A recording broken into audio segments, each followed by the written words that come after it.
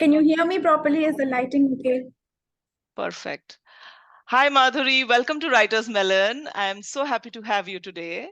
And I'm really excited to talk to you because I know that I'm going to talk to you a lot more than just writing and your books. So, without the further ado, Madhuri Banerjee is a well known writer. She has written several novels and has been published by several reputed publishers. Her latest book has been published by Penguin, and I would really love to know more about your latest book, Madhuri, called The Life Switch. What if you could exchange your life and become someone else? So tell us about your book.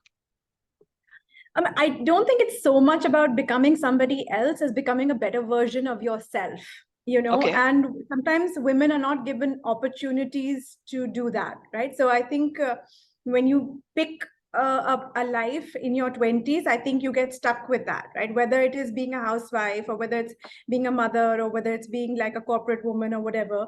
I think you're labeled and you're stuck with that label. I mean, women become more stuck with labels than men do. So the idea was just a fantasy. So about how if two women who looked identical could really have this opportunity to swap their lives and have a chance to do something else with their life, and I don't think women have enough opportunities in India or like even across the world where you get to do anything wildly different than what you have been taught to do. So that was what the situation was in this place where Nandita housewife switched with Annie, who is a corporate woman, and they could see what talents each of them had in their own space. That was the basic idea. Amazing. Tell us about the writing inspiration. Where did you get this? Did you really meet an identical self of you, or how did the A inspiration lot of come? people keep on sending me photos of people with curly hair, and then they say, "Oh, this looks like you. This looks like you," and I am like, I don't really think so, Okay. but it does trigger my imagination to think, okay, so what would she be doing with her life, and where would I go with it? If I And what was, if we could switch? yeah. Um, but the idea came from, in the resort when I picked up somebody else's phone. So, our lives are actually on our phone, Mm. our full life. So if anybody wants to know anything about you, they can just take your phone and like go through it for a day and I'd know everything about you, right? So it just kind of got exchanged. And I thought, what if we could exchange phones for a day? And that's where the idea came from. And then we said, instead of just a phone for a day, how about we make it into a larger plot of exchanging lives? And how do we exchange lives without like the family knowing? How would we make that interesting? Otherwise, I can go to somebody else's house and live in that person's house for like a week and they'd be very polite and nice to you.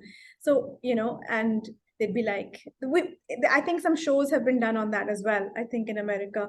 um but the idea was, what if you could actually step into somebody else's shoes? Right. you know would you make a mess of it or would you succeed at it? So that's where it was, Great. life switch. Tell us about modern relationships. You have a teenager yourself who you are managing and as in navigating your life through. So tell us about how does this modern relationships evolve and what is your take on it? I think modern relationships nowadays are very different because I see teenagers having very different relationships, or even like people in their 20s or 30s having very polyamorous relationships, if I may call it that, where people can be, um, just a little more open. I don't think everybody wants to get married. I don't think everybody wants to, um, you, just have one thing now. I think people are believing in themselves more. I think there's a lot more self belief. So, therefore, they know their worth and they believe that they deserve better. So, I think there are a lot of modern relationships have just kind of evolved into, um, one person can't fit all my needs. So, hence, I might have the opportunity to get more. So that's where I think modern relationships are. It's a confusing time actually for everybody, because people in their late 40s have settled into this comfortable life of who they are, whether they're single or whether they're married. People in their late 30s and early 40s are suddenly getting divorced because they're like, maybe there's something better out there. People in their early 30s are like, what more can I do with my career while having fun on the side? So it's a pan spectrum of relationships that are modern now. And that must be like really interesting for an author and a lot of material to write about, no? Because I love talking to people about their relationships. I always have. Therefore, like all my books actually have are relationship oriented, right? So, and all of them have a bit of fantasy. hmm, It's fantasy realism is what I hmm, can call my books, yeah. because it's not completely truth. Like my first book, Kaveri, who is in Losing My Virginity and Other Dumb Ideas, she goes on a hot air balloon and she, has this intimate relationship with a man on a hot air balloon. I mean, like it's a bit of a fantasy, right? Hmm. Um, so it is what it is like with like a lot of these people who are having fun now, and that's Yeah. most important. And that's, I think, the power of fiction. It lets you be in this alternate reality. And as an author, you feel so It powerful to should. be able to create it. It should. I mean, like when you are reading fiction and you start saying that, oh, but this can't happen, Hmm. then it is like a lot of things can't happen in life. That's why we lose Exactly. ourselves in books, right? Like, I mean, even in my current book, there was one reviewer who gave me 2 on 5 stars or 10 stars or whatever like that. He said that, oh, how often do we really meet somebody who is Hmm. identical to Hmm. us and nobody else in the world will know whether that person. I was like, it is a That's suspension the of imagination disbelief. part of it. Right. So if Yes. you're wanting a plot, which is about the plot, about the character, about a growth of a woman, about the opportunities women have, like, it's about love that is there in the book. What are the things that women do for love? Hmm. So it's all about those things. But if you're going to get into the nitty gritty of how actual it can be, then you're losing out on the beauty of what fiction is. Then go Absolutely. read a nonfiction book, you know? Absolutely. Yeah. Yes, I think there is a lot to be done in terms of how we are evolving as readers as well in this country, and I think there is a lot of potential there because often. I think we are a generation which has like grown up reading only textbooks, and most of us have really missed out on the whole world of fiction that was available, but probably not so accessible to the this whole generation growing up. Because we were like so But focused on I think academics like and I everything. mean, even publishers are publishing more non-fiction because there's so much more on spirituality, Hmm. autobiographies, self-help, self-care, all of those things that are like coming up, like, oh, whether it's like dealing with stress or Hmm. mindfulness, True. even for like, say, losing weight, all those things that have become far more important than letting your imagination run wild, right? Absolutely. And I feel when you allow that, when you are in allowance of having a part of your brain that is only kept for imagination and Hmm. creativity and doing something fun, right?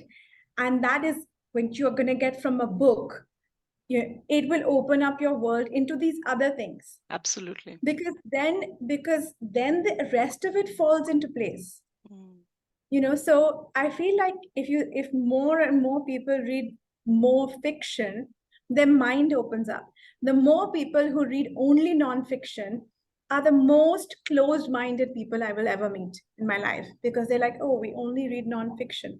So but if you see those people and you can imagine, and I'm probably like most of us have met these people, they're closed-minded people. They only think a particular way.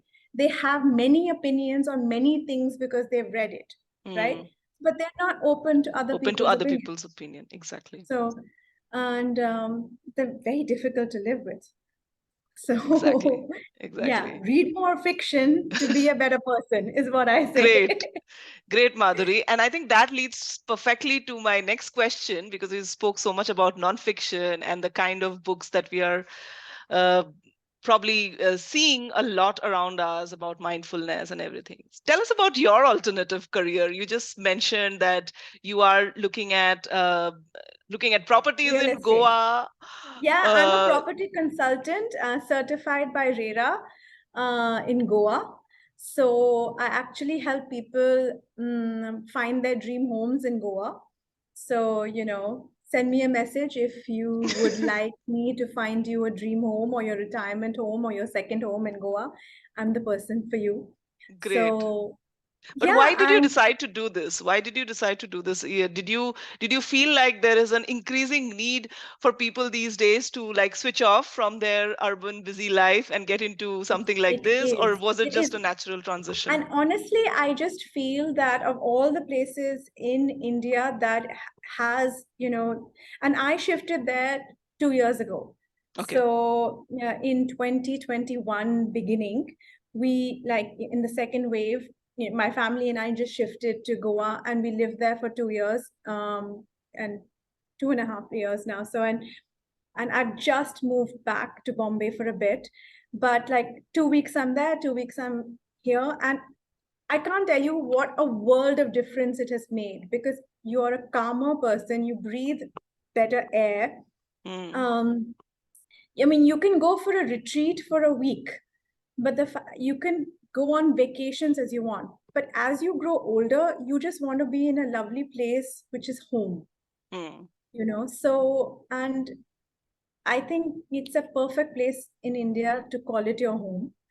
mm, And if you find a job there and there's so many like lovely people, I think the state of mind is also different. As soon mm. as you go there, everybody is more relaxed, more calm. You get along with everybody, so it's a very susegard There's no kind. rat race pulling each other down that normally happens probably in a big Also city being in able to corporate world. yeah, and also being able to understand that like there is more to life than Mm, earning money and getting bigger cars and bigger houses and more houses and more houses absolutely. and like and what are you going to do with 7 houses across the world? Like you might as well have like one house in Goa.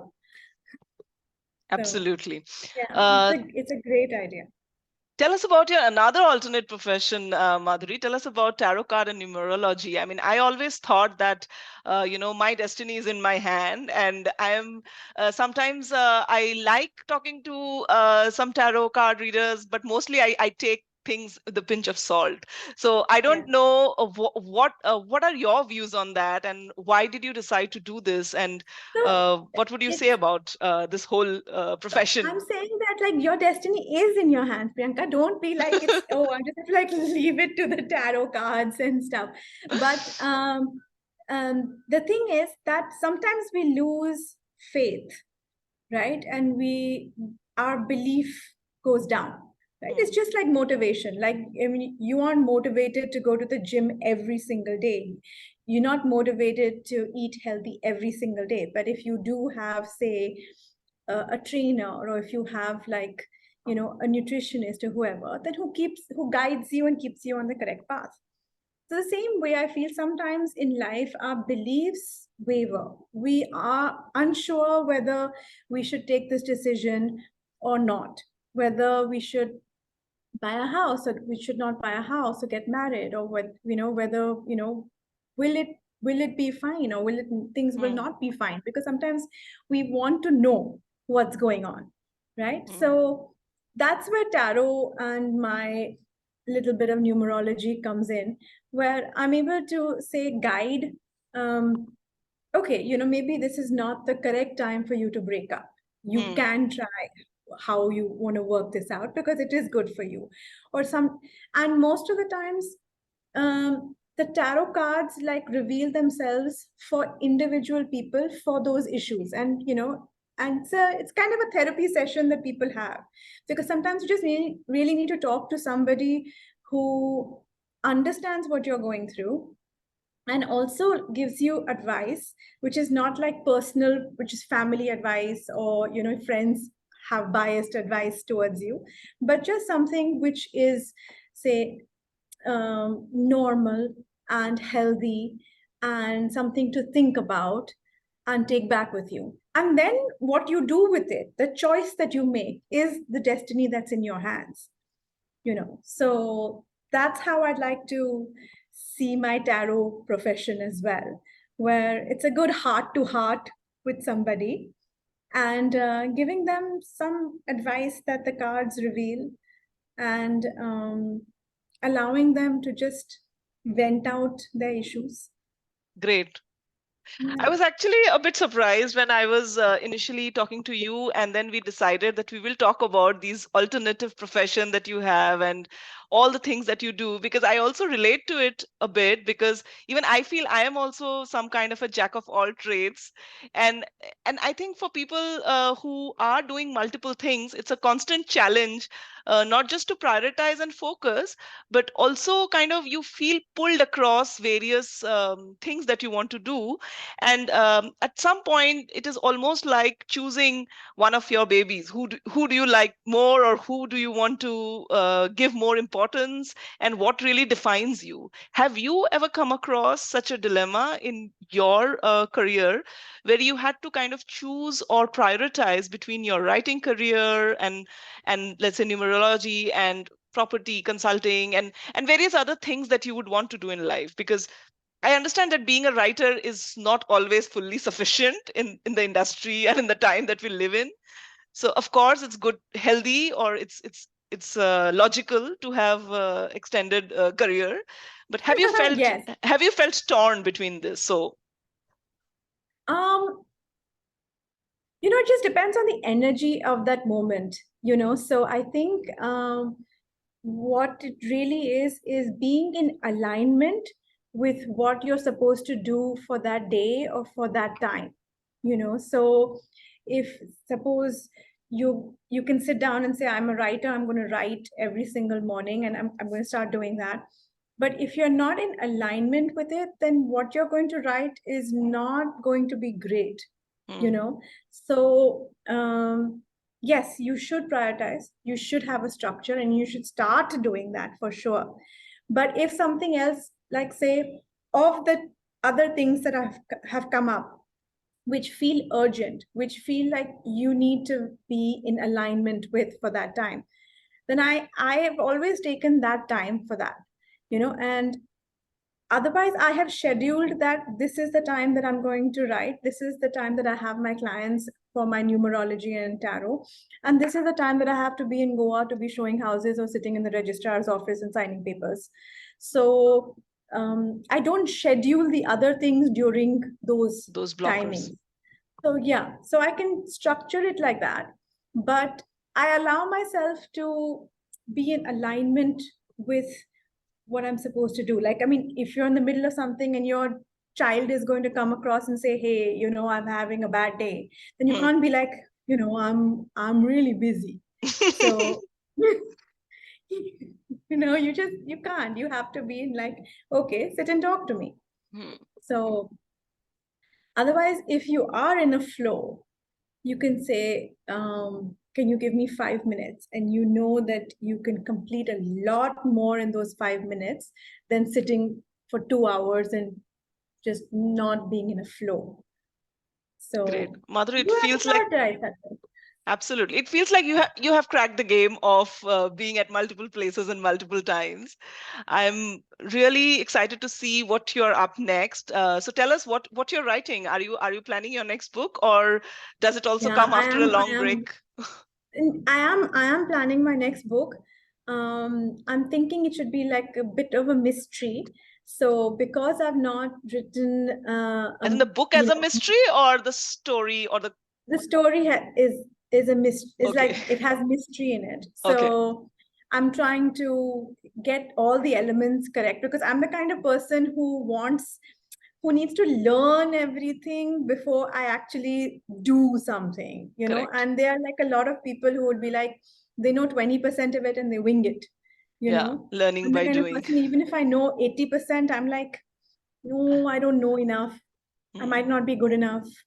So I need to know 100% before I do something. So yeah, I'm working on the book at least. And I have a few clients in Goa happening. And yeah, and whoever would like a tarot reading from me, like you can message me on Twitter or Instagram whenever, and I can help you out. Super. I think I might reach out to you very soon. Yeah, let's do a reading. It'll be lovely. Thank you so much, Madhuri, for joining. I think it was a fun conversation, a very It was free-flowing so afternoon much fun. conversation for me. And yeah, sometimes what you don't expect is the best thing, right? So it was totally free flow, open discussion. There was hardly any prep. And I'm very glad that we could have this time together. Thank you so much. Thank you so much. And please buy my book, Life Switch. Well done. Bye bye. Bye.